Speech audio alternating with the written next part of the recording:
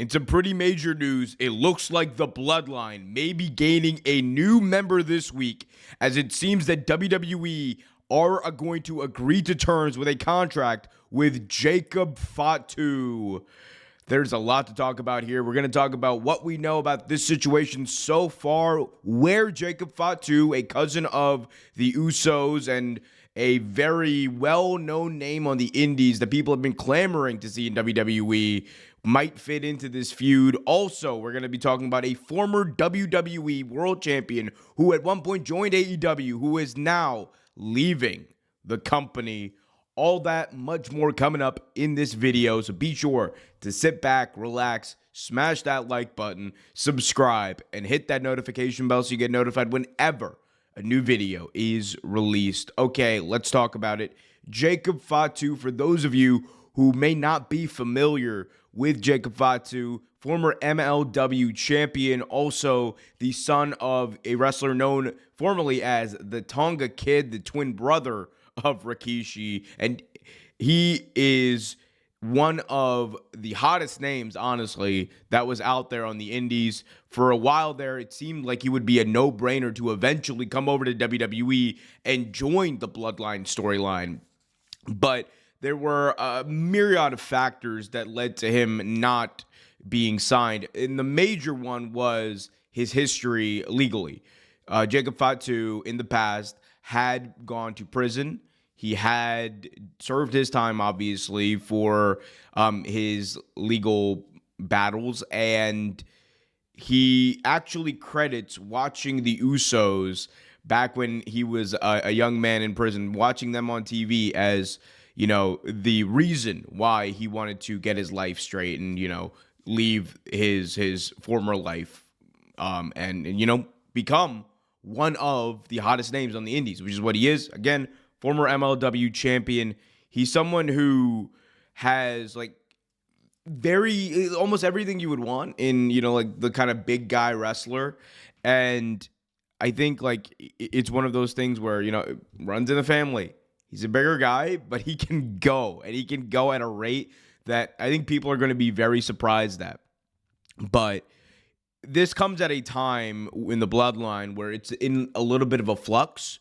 We just saw Roman Reigns leave after he lost the Universal Heavyweight Championship, and Solo Sikoa has basically taken over the Bloodline in a hostile takeover. He's brought in Tama Tonga, who is blowing people away with what he's doing on TV right now. I thought that Tama Tonga and the way that they managed his, him coming into WWE was amazing. And I think they can do something very similar with Jacob Fatu.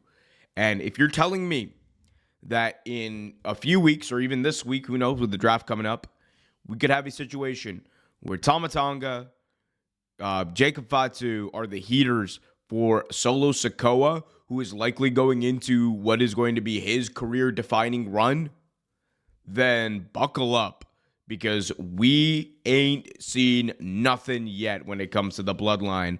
I spoke in a previous video about how I believe that the eventuality of this story will lead to, you know, some sort of a Bloodline civil war. And I think we're seeing not only those lines drawn, but we're also seeing, you know, these characters come in, because, as I said before, Jacob Fatu, a direct cousin of the Usos, he is the perfect person you would want to come in and, you know, be a part of what is a family affair.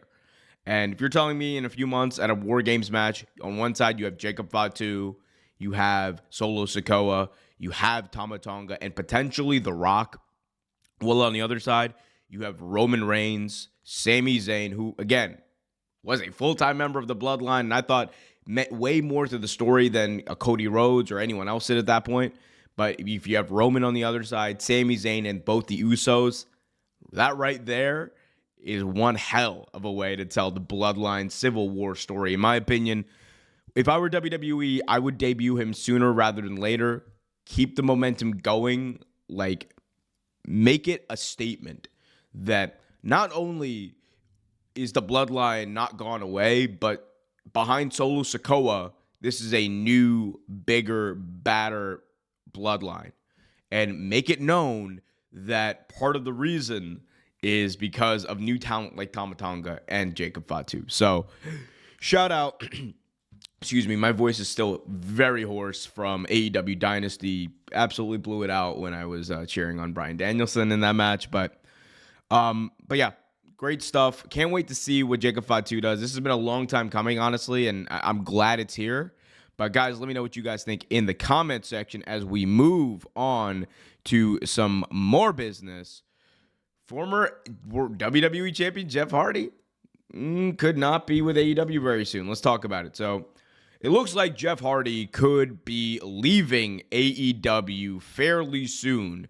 We know that Jeff Hardy, throughout his time in AEW, has ran into some legal trouble, and that called into question, the timing of his contract being up. Originally, it was reported that his contract was going to be up sometime in 2025. This is according to Fightful.com. Well, in an update, FightfulSelect.com has reported that, quote, originally, it was believed that AEW extended Jeff's deal into 2025 due to injury and sabbatical time. As of late March, that wasn't the case. At that period, Hardy's deal was set to expire sometime in the spring, based on what Jeff Hardy told other talent in recent conversations. So, Jeff Hardy is reportedly been telling people that his contract is up in the spring.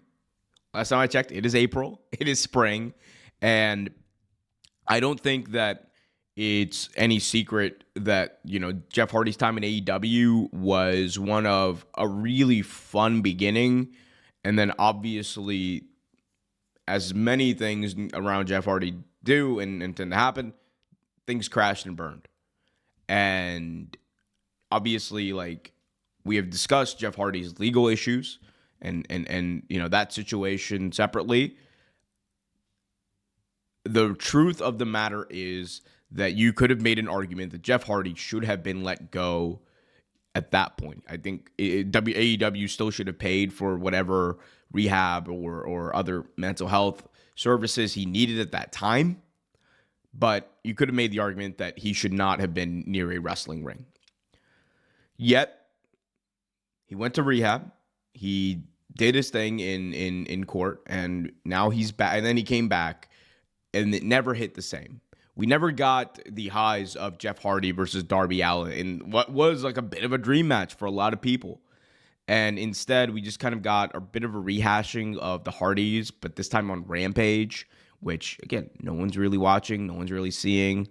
And this comes at a time where Matt Hardy, his brother, has already left the company. And when you factor that in and you look at the fact that Matt Hardy immediately goes to TNA, and he goes as the broken version of Matt Hardy, and it automatically feels right in a way that, if we're being honest, it did not in AEW. Matt Hardy and Jeff Hardy as well in AEW, just for whatever reason, did not work. And we shouldn't be afraid to say that. Not everything that the company does is going to be good. And this was, outside of a few fleeting moments, I thought some of the stuff with the Hardy family office had really good potential for storytelling. And I thought the story they told with Hangman Page, that was a dope feud. Outside of that, though, what of relevance did Matt Hardy do on AEW TV? What of relevance did Jeff Hardy do outside of the match with Darby Allin on AEW TV? The match with the Young Bucks, maybe? We'll count that. But outside of that, there really has not been a long-running feud or anything like that. The only reason, if you're AEW, that you would even keep them around, or you would have tried to keep them around, was in order to get that last Matt and Jeff Hardy versus Christian and Adam Copeland match. If you wanted to see Christian and Edge versus the Hardys for the final time, that's a big money match. That is something that you could sell a pay-per-view around. And it's something that would sell a lot of tickets, to be honest. It doesn't seem like that is going to happen in the way things are currently constructed. There is a possibility that they could work out a deal with TNA. Tony Khan does have a relationship, we know, with TNA. So if Jeff Hardy, who alleges that his contract is going to be up fairly soon, I automatically see him going over to TNA and being with his brother Matt. If he does that, and then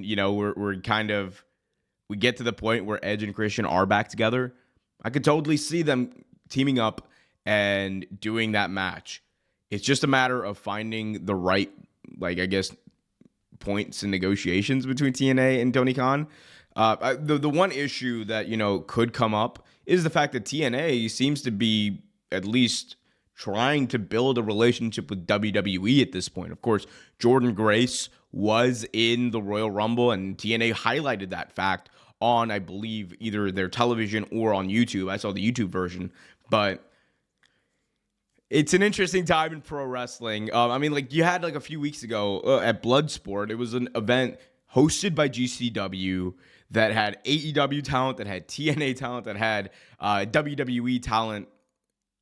In my opinion, that's what wrestling's all about. I think these companies should be more willing to work with each other, but that's just my view. But looks like Jeff Hardy, his time in AEW is wrapping up. Probably, if I were a betting man, I would expect to see him in TNA sooner rather than later, but I guess we'll see. Let me know in the comment section what you think Jeff Hardy will do.